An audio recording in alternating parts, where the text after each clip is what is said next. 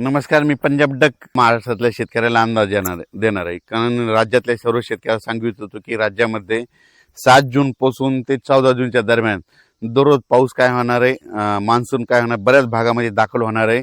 म्हणजे एकदम 7 जूनला सगळ्या भागात होणार नाही, दररोज वेगवेगळ्या भागात दाखल होईल आणि त्याच्यानंतर ज्यांच्या शेतामध्ये ईदभर ओल जाईल त्यांच्या पेरण्यामध्ये लागतील, म्हणून हे अंदाज सर्व शेतकऱ्यांना लक्षात येतात. राज्यातल्या सर्व शेतकऱ्याला सांगू इच्छितो की आता जे केरळमध्ये मान्सून जे दाखल झालं आहे ते पुढं सरकलं आहे. आता ते कर्नाटकमधून शॉर्टकट मार्गानं मधल्या मार्गाने येत असल्यामुळं त्याच्यामुळे काय होणार आहे, सांगली जिल्हा, कोल्हापूर जिल्हा, सातारा जिल्हा, अहिल्यानगर जिल्हा, बीड जिल्हा, धाराशिव जिल्हा, लातूर जिल्हा, परभणी जिल्हा, नांदेड जिल्हा, जालना जिल्हा, संभाजीनगर, अहिल्यानगर, त्याच्यानंतर नांदेड, हिंगोली, वाशिम, वर्धा, नागपूर, भंडारा, गोंदिया, चंद्रपूर, यवतमाळ, अकोला, अमरावती, बुलढाणा, जळगाव ह्या पट्ट्यामध्ये काय होणार आहे, इकडल्या मार्गे येत असल्यामुळे सुरुवातीला लवकर त्या पट्ट्यामध्ये दाखल होणार आहे.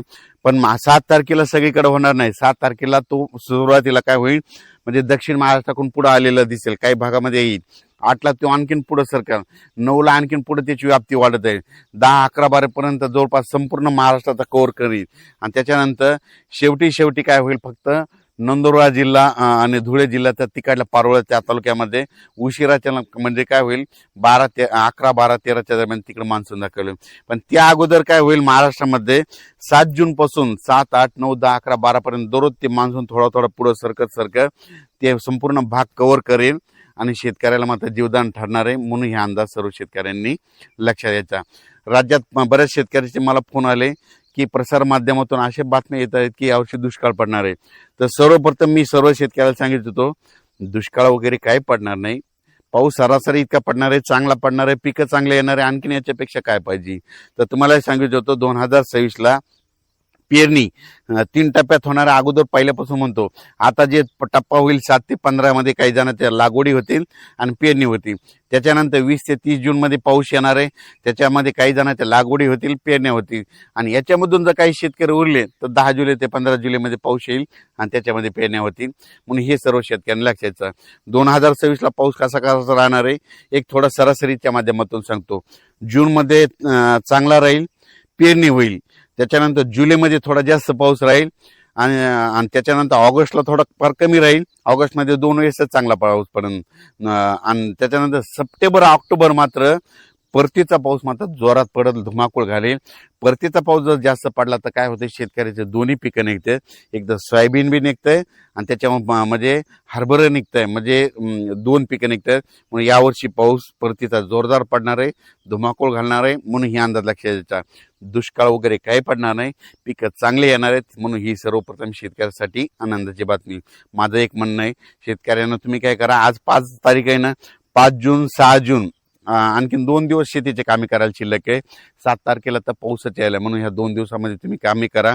आज देखील 5 जूनला, 6 जूनला बऱ्याच भागामध्ये, उत्तर महाराष्ट्राकडे तुरळक भागामध्ये, पश्चिम महाराष्ट्राकडे तुरळक भागामध्ये, विदर्भात तुरळक भागामध्ये आणि मराठवाड्यात देखील तुरळक ठिकाणी विजेच्या कडकडाटासह आज देखील दुपारी 3-4च्या नंतर ते मध्यरात्रीपर्यंत असाच एक अवकाळी स्वरूपाचा पाऊस बरसणार आहे.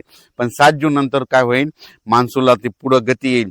त्याच्यानंतर काय होईल, 14-15च्या नंतर कोकणपट्टी घाटमार्गावर काय होईल, पाऊस सुरुवात होईल.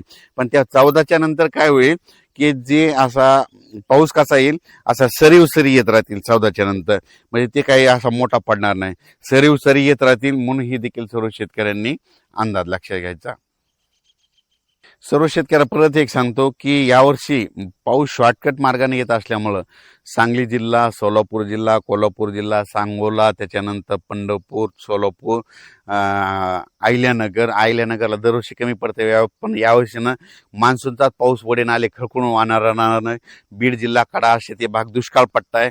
पण बीड जिल्ह्यात सुद्धा यावर्षी मान्सूनच्या पावसातच वडे नाले चांगले खळखळून वाहणार आहेत. म्हणून बीड जिल्ह्यासाठी आनंदाची बातमी. परभणी जिल्हा, लातूर जिल्हा, नांदेड जिल्हा या भागात शॉर्टकट पाऊस असल्यामुळं ह्या 3 जिल्ह्यात देखील चांगला पाऊस राहणार आहे. म्हणून हे देखील लक्षात घ्यायचं. जालना जिल्हा देखील चांगला पाऊस राहणार आहे. संभाजीनगरकडे देखील राहणार आहे, अहिल्यानगर देखील राहणार आहे, नांदेड जिल्हा, त्याच्यानंतर हिंगोली, यवतमाळ, वाशिम, वर्धा, नागपूर, भंडारा, गोंदिया, चंद्रपूर, यवतमाळ, अकोला, अमरावती, बुलढाणा ह्या पट्ट्यात विदर्भात देखील काय होणार आहे, या 7 ते 14 मध्ये चांगला पाऊस पडणार आहे. आणि ज्यांची ईदभर होईल तर ते विदर्भातल्या शेतकऱ्याची देखील आपलं ईदभर होईल गेल्याच्या नंतर तुम्ही तुमचा पेरणीचा निर्णय घेऊ शकता. पण परत शेतकऱ्याला सांगू